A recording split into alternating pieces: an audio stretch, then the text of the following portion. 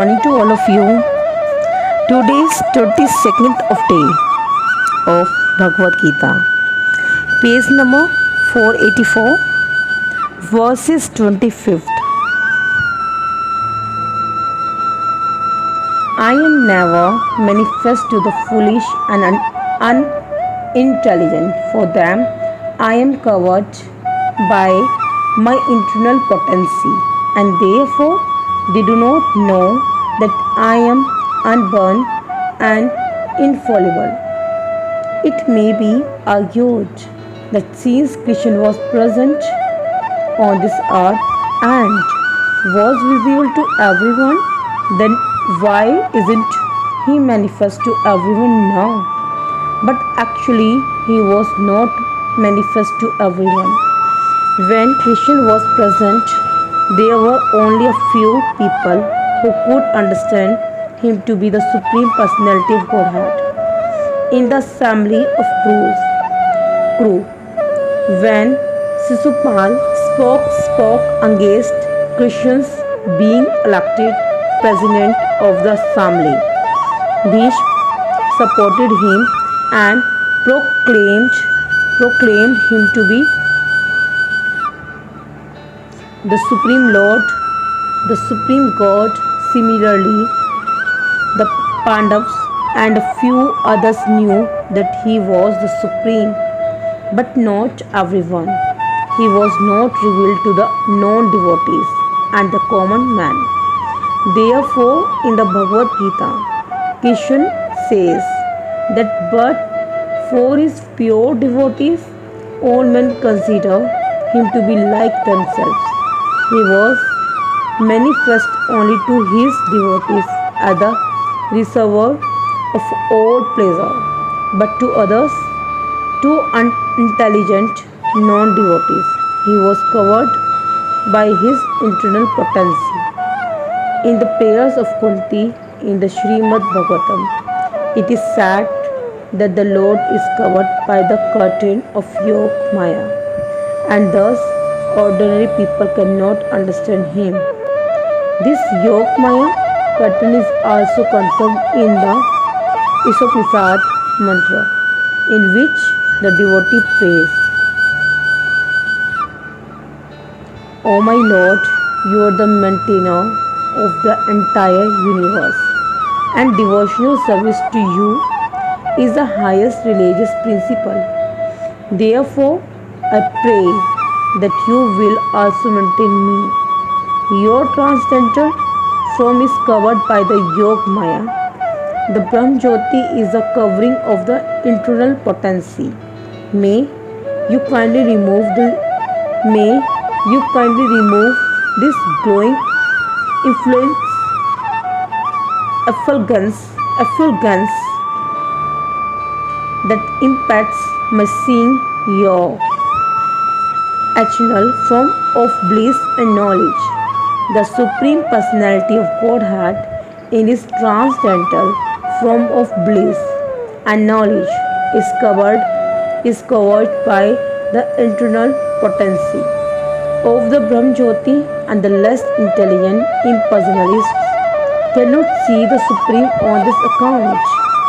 Also in the Srimad Bhagavatam, there is this prayer by Brahma, O Supreme Personality of Godhead, O Super Soul, O Master of all mystery, who can calculate your potency or pastimes in this world? You are always expanding your internal potency, and therefore no one can understand you.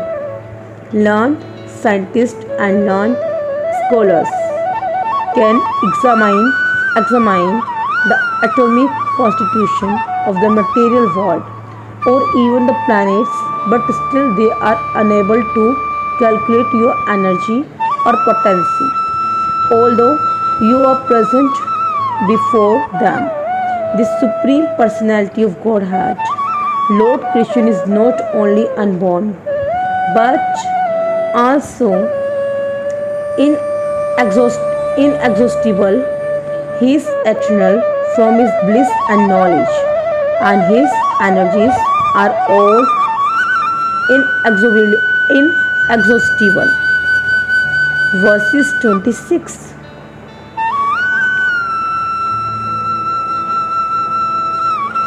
O Arjun, as a supreme personality of Godhead, I know everything that has happened in the past, all that is happening in the present, and all things that are yet to come. I also know all living entities, but me, no one knows. Here, the question of personality and impersonality is clearly started. If Krishna, the form of the Supreme Personality of Godhead, were Maya, means illusion, material as the impersonalists consider him to be, then like the living entity, he would change his body and forget everything about his past life. Anyone with a material body cannot remember his past life, nor can be foretell his future life, nor can he predict the outcome of his present life. Therefore, he cannot know what is happening in past, present, and future, or unless one is liberated from material contamination. He cannot know past, present, and future unlike the ordinary human being. Lord Krishna clearly says that he completely knows what happened in the past, what is happening in the present, and what will happen in the future. In the fourth chapter, we have to see that Lord Krishna remembers instructing Vivaswan, the sun god, millions of years ago. The sun god millions of see that the Lord Krishna remembers instructing Vivaswan. The sun god millions of years ago. Krishna knows everything, every living entity, because he is situated in every living being's heart as a super soul. But despite his presence in every living entity as super soul, and his presence as the supreme personality of Godhead, the less intelligent, even if able to realize the impersonal Brahman, cannot realize Sri Krishna as the supreme person. Certainly, the transcendental body of Sri Krishna is not perishable. He is just like the sun, and Maya, means illusion, is like a cloud. In the material world, we can see that there is the sun and that there are clouds, are different stars and planets. The clouds may cover all these in the sky temporarily, but this covering is only apparent to our limited vision. The sun, moons, and stars are not actually covered. Similarly, Maya cannot cover the Supreme Lord by his internal potency. He is not manifest to the less intelligent class of man. As it is stated in the third verse of this chapter, out of millions and millions of men, some try to become perfect in this human form of life, and out of thousands and thousands of such perfected men, hardly one can understand what Lord Krishna is, even if one is perfected by realization of impersonal Brahman or localized Paramatma. He cannot possibly understand the Supreme Personality of Godhead, Sri Krishna, without being in Krishna consciousness. Verses 27.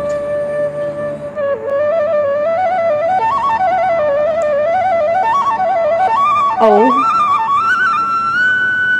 Sion of Bharat, Sikon of Bharat, O conqueror of the foe. All living entities are born into delusion, bewildered by dualities arisen from desire and hate.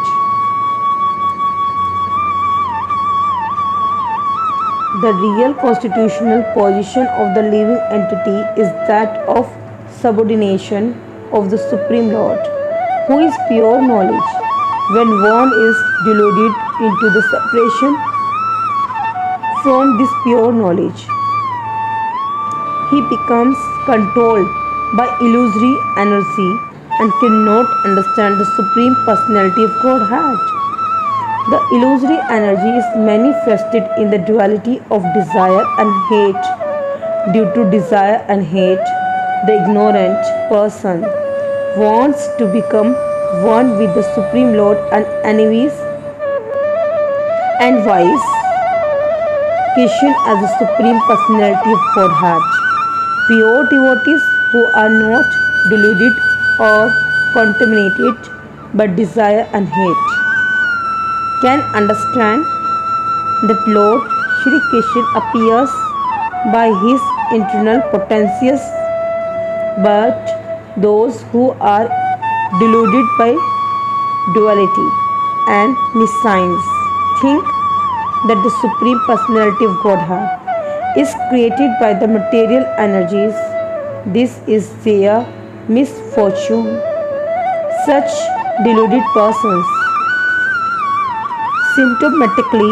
symptomatically dwell in dualities of dishonor or honor, misery and happiness, women and men, good and bad, pleasure and pain, etc.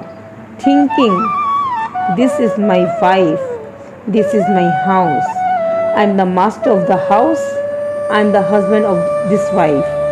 Wow. These are the dualities of delusion. Those who are so deluded by dualities are completely foolish and therefore cannot understand the Supreme Personality of Godhead. Verses 28. Persons who have acted piously in previous lives and in this life and whose sinful actions are completely eradicated are freed from the dualities of delusion and they engage themselves in my service with determination. Those eligible for elevation to the transcendental position are mentioned in these verses. For those who are sinful, atheistic, foolish, and deceitful, it is very difficult to transcend the duality of desire and hate. Only those who have passed their lives in practicing the regulative principles of religion who have acted piously and who have conquered sinful reactions can accept devotional service and gradually rise to the pure knowledge of the Supreme Personality of Godhead. Then gradually they can meditate in trance on the Supreme Personality of Godhead. That is the process of being situated on the spiritual platform. This elevation is possible in Christian consciousness, is the association of pure devotees, for in the association of great devotees, one can be delivered from delusion. It is stated in the Srimad Bhagavatam that if one actually wants to be liberated, he must render service to the devotees. But one who associates with materialistic people is on the path leading to the darkest region of existence. All the devotees of the Lord traverse this earth just to recover conditioned souls from their delusion. The impersonalists do not know that forgetting their constitutional position as subordinate to the Supreme Lord is the greatest violation of God's law. Unless one is rein- re- reinstated in his own constitutional position, it is not possible to understand the Supreme Personality or to be fully engaged in his transcendental loving service with determination. Verses 29.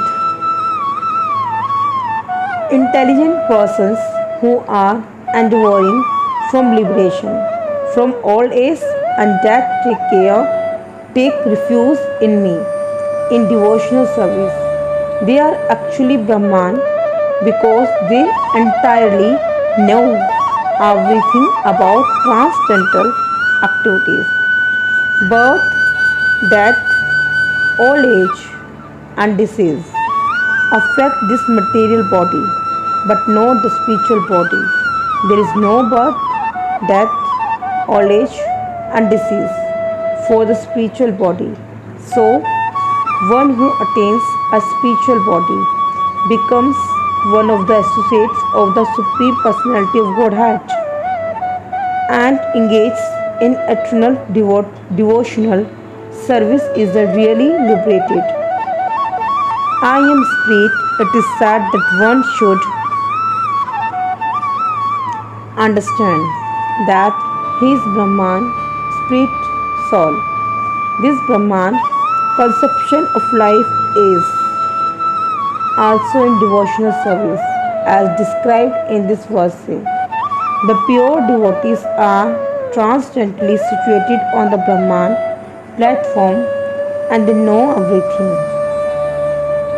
about transcendental activities.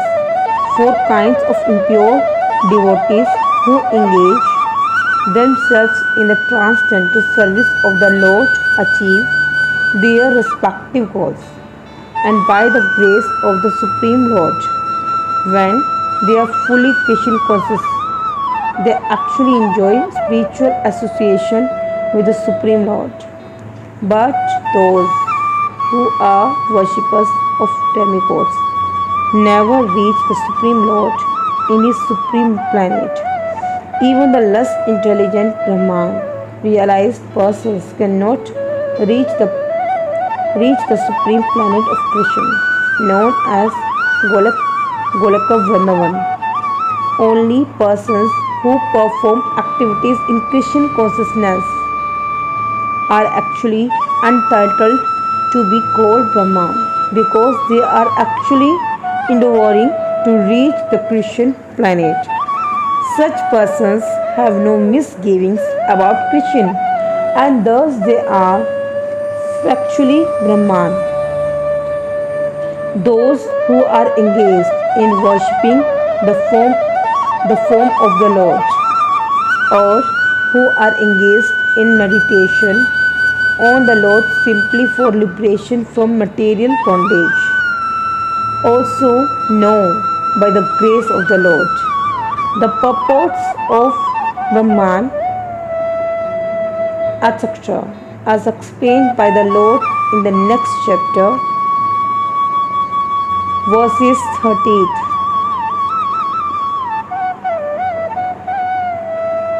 Those in full consciousness of me, who know me, the Supreme Lord, to be governing principle of the material manifestation of the demigods and of all methods of sacrifice, can understand and know me, the Supreme Personality of Godhead, even at the time of death.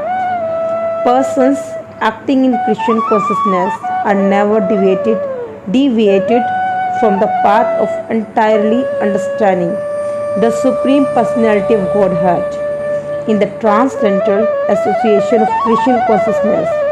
One can understand how the Supreme Lord is the governing principle of the material manifestation and even of the demigods.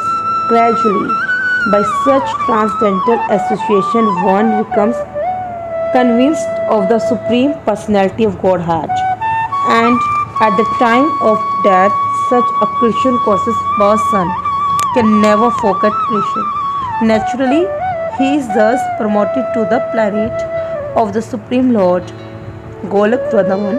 This seventh chapter particularly explains how one can become a fully Christian conscious person. The beginning of Christian consciousness is association of persons who are Christian conscious. Such association is spiritual and puts one direct in touch with the Supreme Lord, and by His grace, one can understand Christian to be the Supreme Personality of Godhead. At the same time, one can really understand the constitutional position of the living entity and how the living entity forgets Krishna and becomes entangled in material activities. The gradual development of Christian consciousness in good association. The living entity can understand that due to forgetfulness of Krishna, he has become conditioned by the laws of material nature. He can also understand that this human form of life is an opportunity to regain Krishna consciousness and that it should be fully utilized to attain the causeless mercy of the Supreme Lord. Many subjects have been discussed in this chapter: the man in distress, the inquisitive man, the man in want of material necessities, knowledge of Brahman, knowledge of Paramatma, liberation from birth, death, and disease, and worship of the Supreme Lord.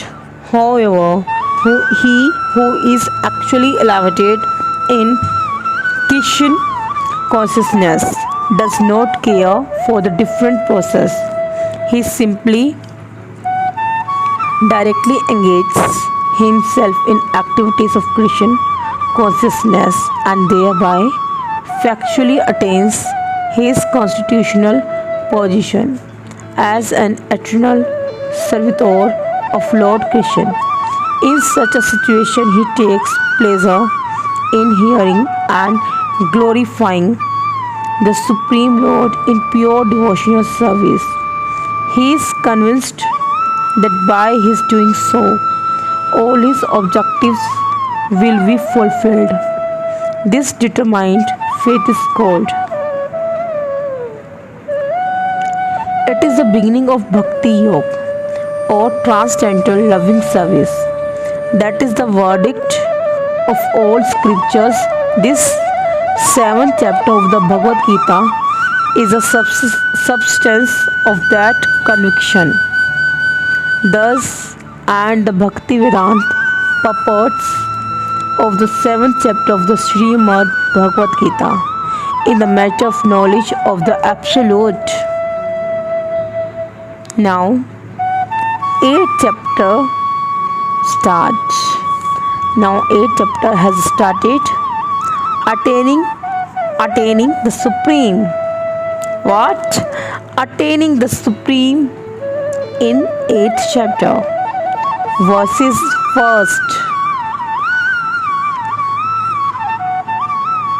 Arjun inquired, O my Lord, O Supreme Person, what is Brahman? What is the Self?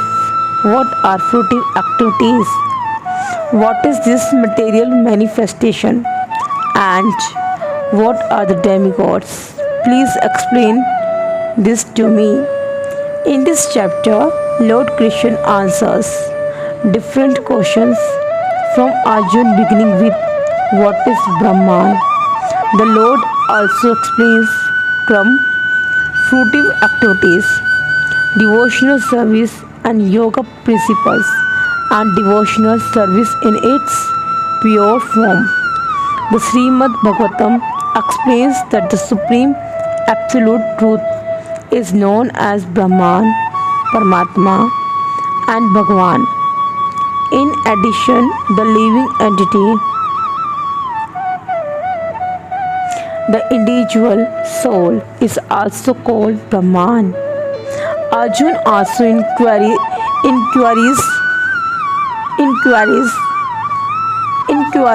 inquires about Atma, which refers to body, soul, and mind, according to the Vedic dictionary, refers to the mind, soul, body, and senses.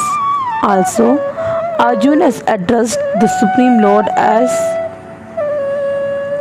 Prasuttam, Supreme Person, which means that he was putting these questions not simply to a friend, but to the Supreme Person, knowing him to be the supreme authority, able to give definitive answers.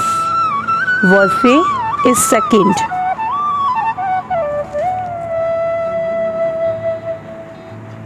Who is the Lord of sacrifice and how does he live in the body, O Madhusudan? And how can those engaged in devotional service know you at the time of death? Lord of sacrifice may refer to either Indra or Vishnu. Vishnu is the chief of the primal demigods, including the Brahma and Shiv, and Indra is the chief of the administrative demigods. Both Indra and Vishnu are worshipped by performances, but here Arjun asks who is actually the Lord of Yajna, sacrifices, and how the Lord is residing within the body of the living entity. Arjun addresses the Lord as Madhusudan because Krishna was killed a demon named Madhu. Actually, these questions, which are of the nature of doubts, should not have arisen in the mind of Arjun, because Arjun is a Krishna conscious devotee. Therefore, these doubts are like demons, since Krishna is so expert in killing demons. Arjun here addresses him as Madhusudan so that Krishna might kill the demonic doubts that arise in Arjun's mind. Now the word in this verse is very significant because whatever we do in life will be tested at the time of death. Arjun is very anxious to know of those who are constantly engaged in Krishna consciousness. What should be their position at that final moment? At the time of death, all the bodily functions are disrupted and the mind is not in a proper condition. Thus,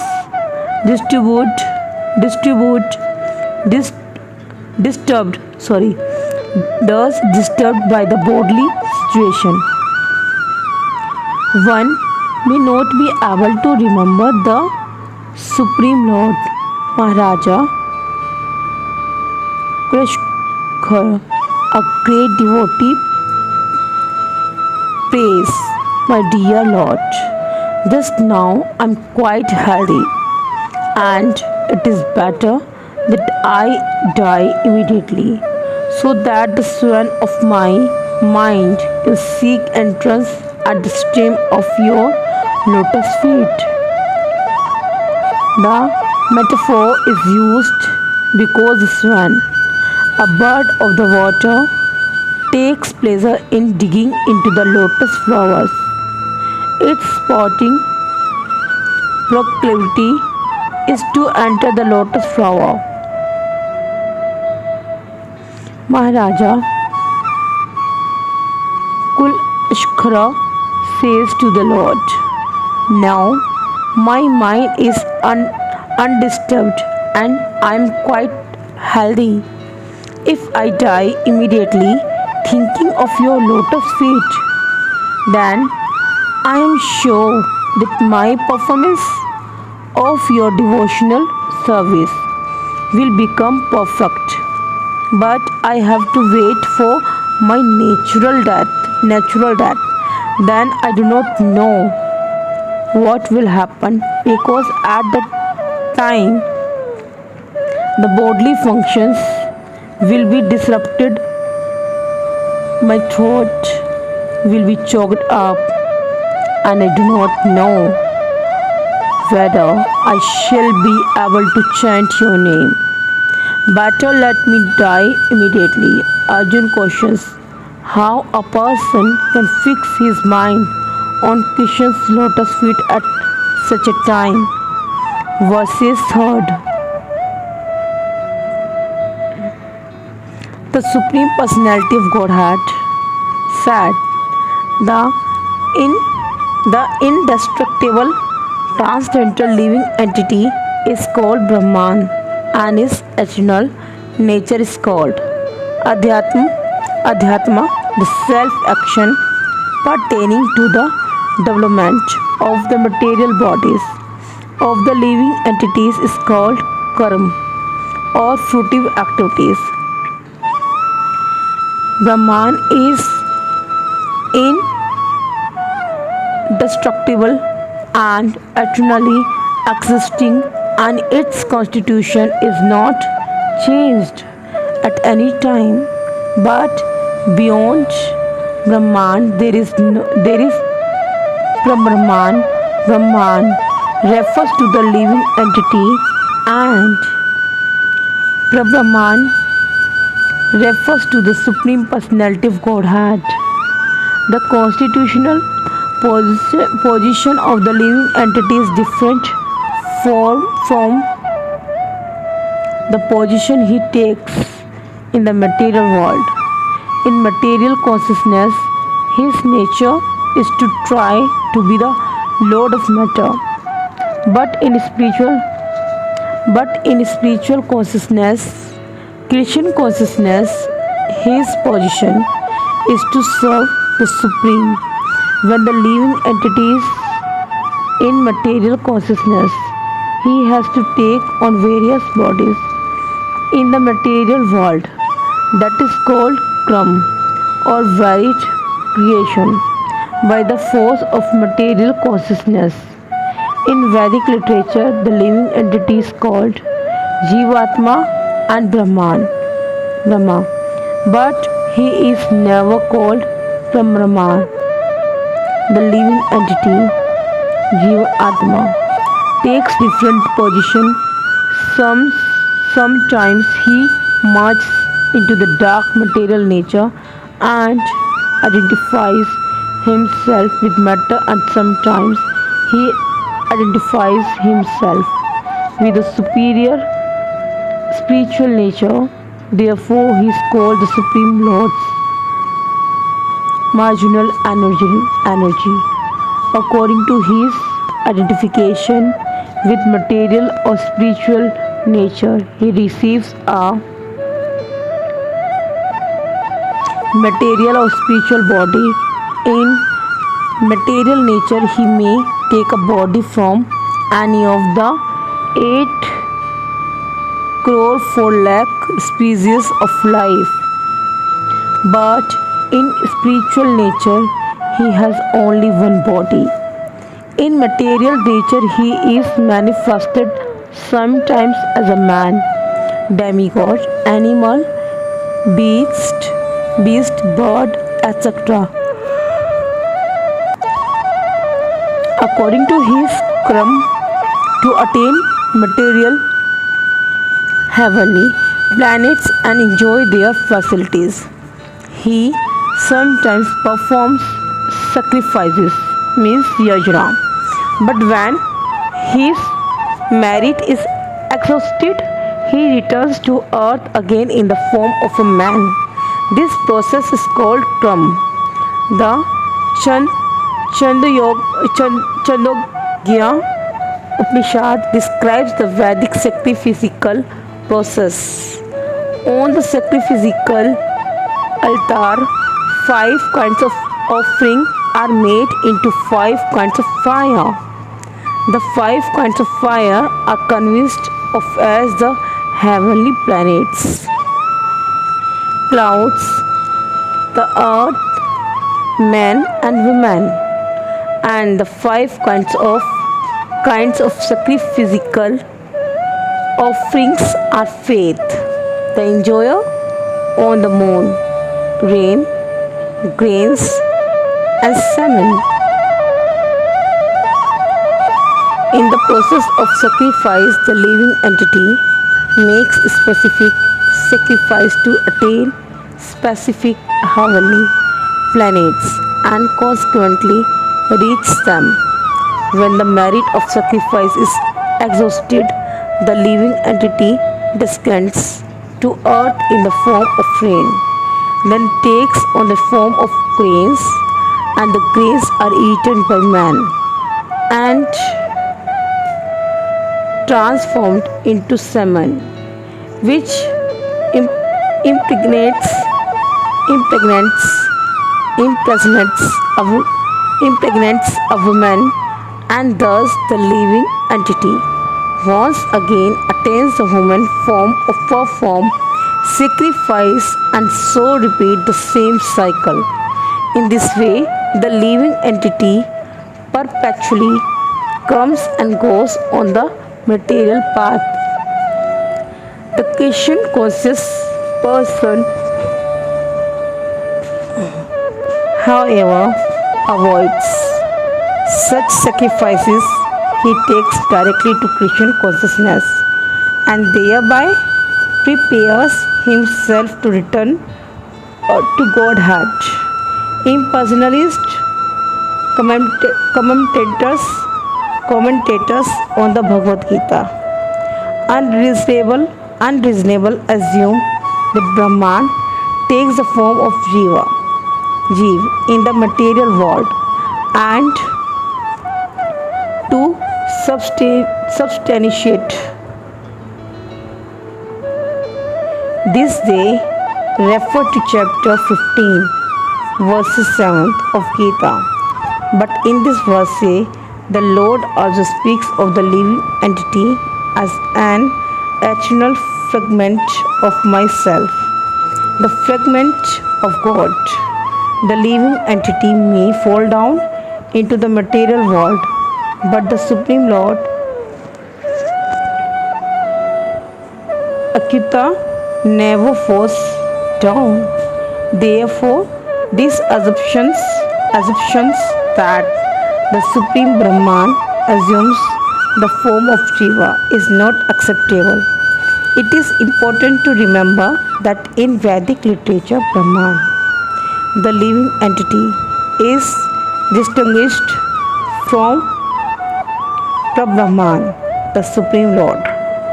Verse is fourth.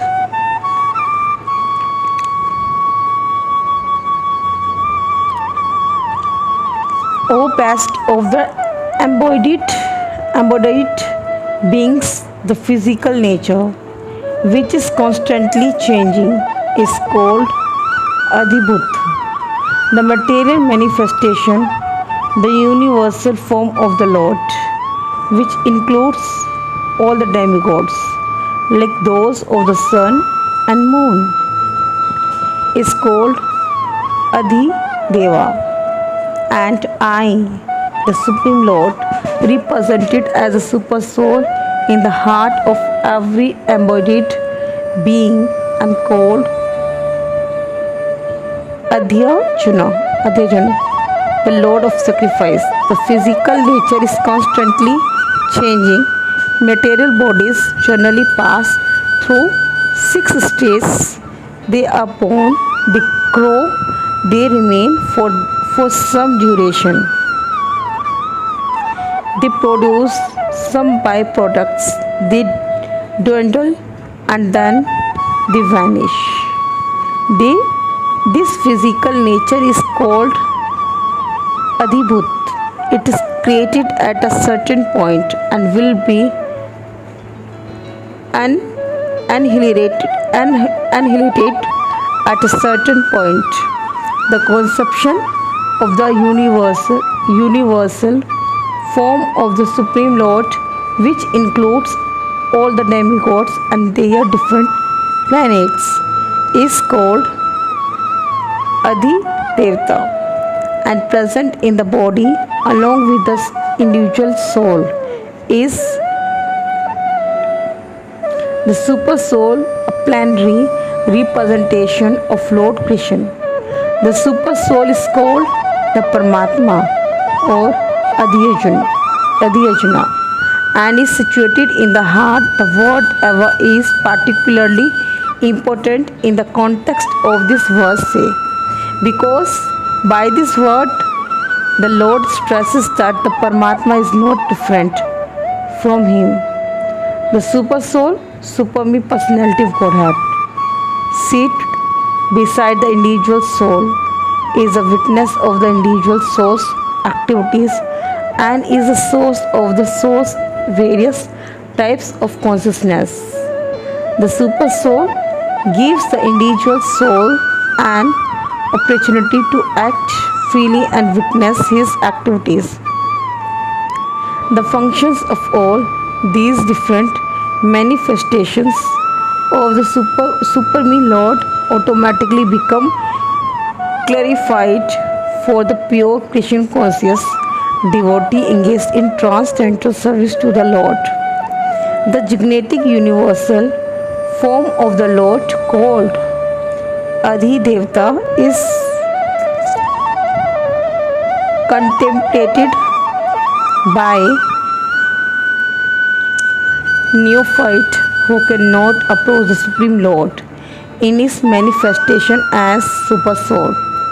The neophyte is advised to contemplate the universal form or Virat Usva, whose legs are considered the lower planets, whose eyes are considered the sun and moon, and whose head is considered the upper planetary system. Verses 5th.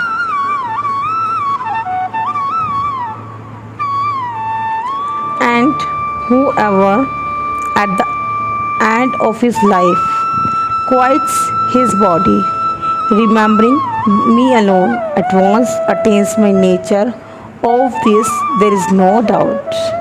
In this verse, the importance of Krishna consciousness is stressed.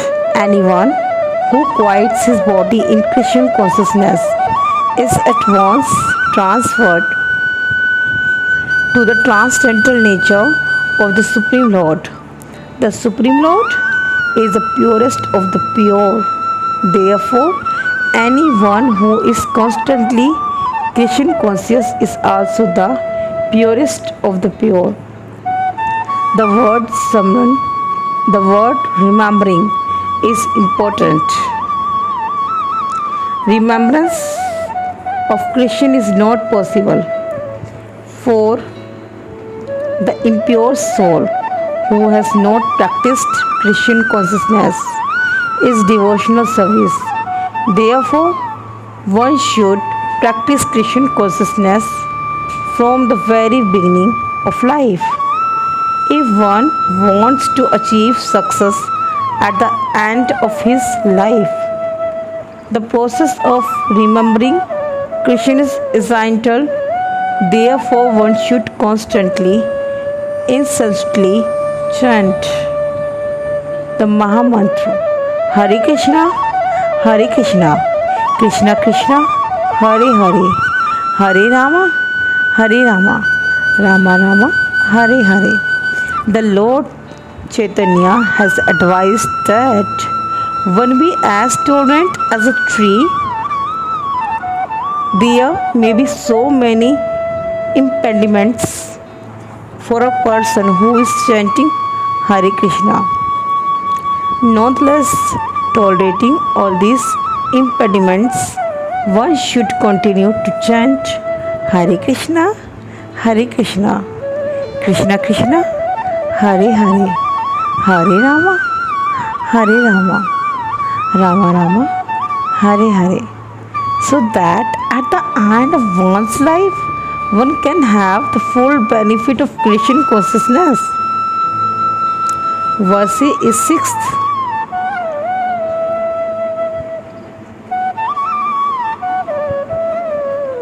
Whatever stated of being, one remembers one when he quiets his body, O son of Kunti. That state he will attain without fail. The process of changing one's nature at the critical moment of death is here explained. A person who at the end of his life quiets his body, thinking of Krishna, attains the transcendental nature of the Supreme Lord. But it's not true that a person who thinks of something other than Krishna attains the same transcendental status. That is a point we should note very carefully. How can one die in the proper state of mind? Maharaj Bharat, although great personality, thought of a deer and the end of his life, and so in his next life he was transferred into the body of a deer. Although as a deer he remembered his past activities, he had no except that animal body. Of course, one's thoughts during the course of one's life accumulate to influence one's thoughts at the moment of death. So this life creates one's next life. If in one's present life one lives in the mode of goodness and always thinks of Krishna, it is possible for one to remember Krishna at the end of one's life. That will help one be transferred to the transcendental nature of Krishna. If one is transcendently absorbed in Krishna service, then his next body will be transcendental, spiritual, not material. Therefore, the chanting of Hare Krishna, Krishna Krishna, Hare Hare, Hare Rama, Rama Rama, Hare Hare is the best process for successfully changing one's state of being at the end of one's life. Verse is 7th. Therefore, Arjun, you should always think of me in the form of Krishna and at the same time carry out your prescribed duty of fighting. With your activities dedicated to me and your mind and intelligence fixed on me, you will attain me without doubt. This instruction to Arjun is very important for all men engaged in material activities. The Lord does not say that one should give up his prescribed duties or engagements. One can continue them and at the same time think of Krishna by chanting Hare Krishna. This will free one from material contamination and engage the mind and intelligence in Krishna. By chanting Krishna's names, one will be transferred to the supreme planet, Krishna Lok, without doubt. Verse is 8.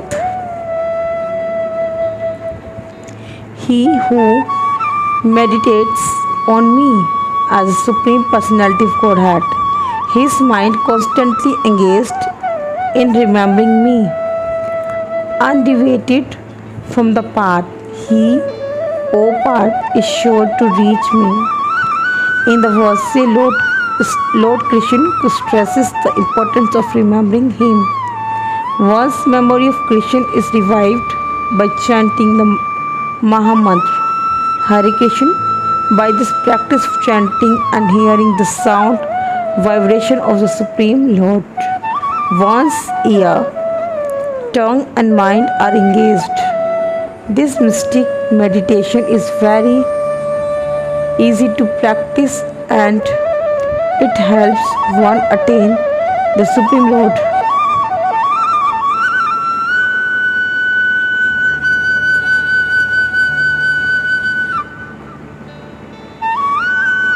Enjoyer. Although living entities belong to the material energy of the Supreme Lord, they are in material contamination. They think themselves enjoyers, but they are not the Supreme Enjoyer.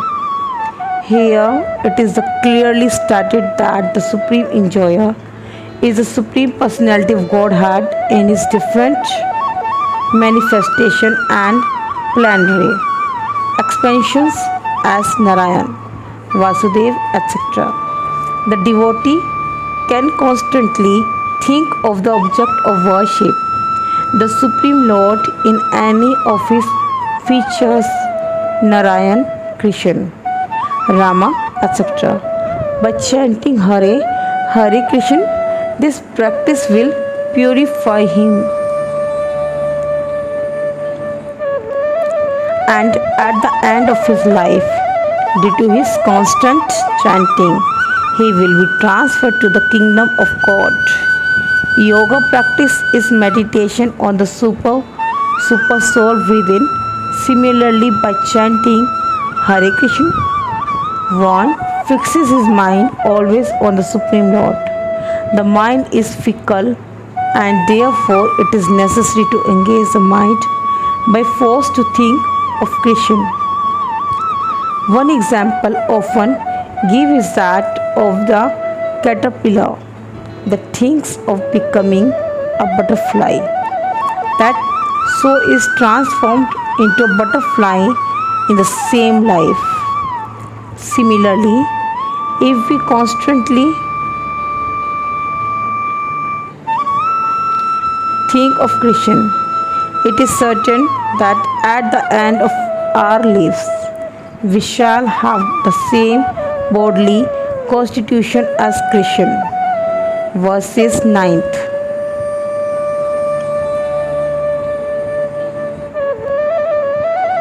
One should meditate upon the Supreme Person as the one who knows everything, as he who is the oldest, who is the controller, who is smaller than the smallest, who is the maintainer of everything, who is beyond all material conception, who is inconceivable, and who is always a person. He is luminous like the sun. He is transcendental beyond this material nature. The process of thinking of the Supreme is mentioned in this verse. The foremost point is that he is not impersonal or void. One cannot meditate on something impersonal or void. That is very difficult.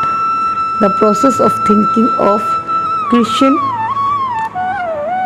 however, is very easy and is factually stated herein.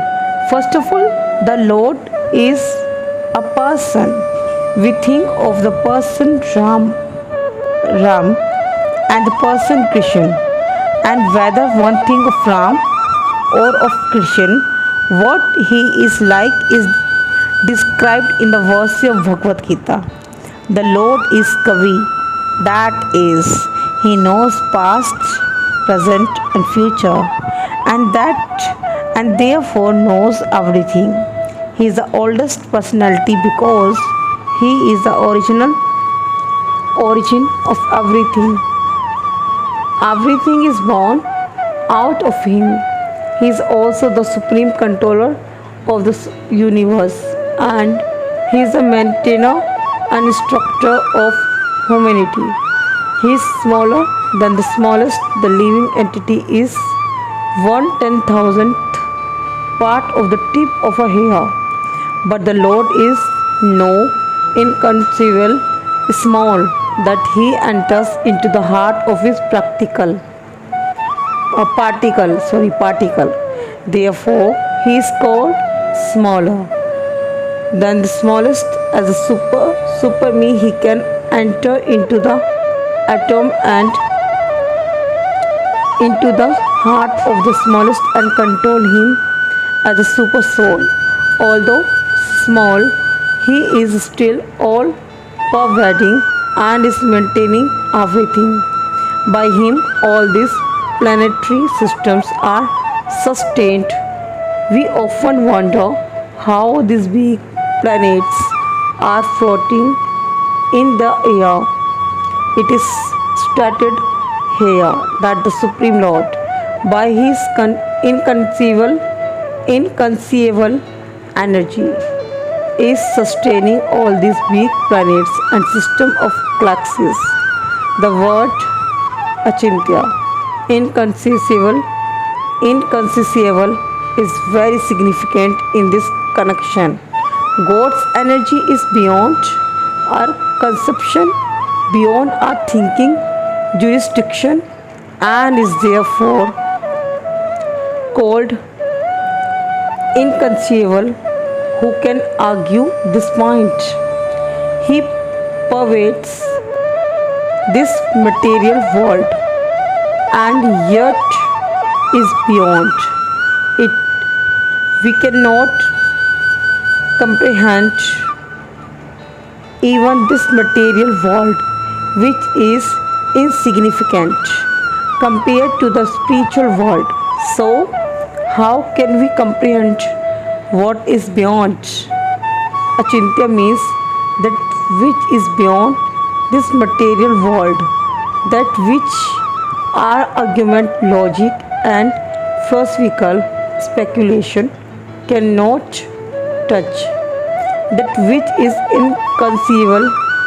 Therefore, intelligent persons avoiding useless argument and speculation should accept what is stated in scriptures like the Veds, Bhagavad Gita, and Srimad Bhagavatam.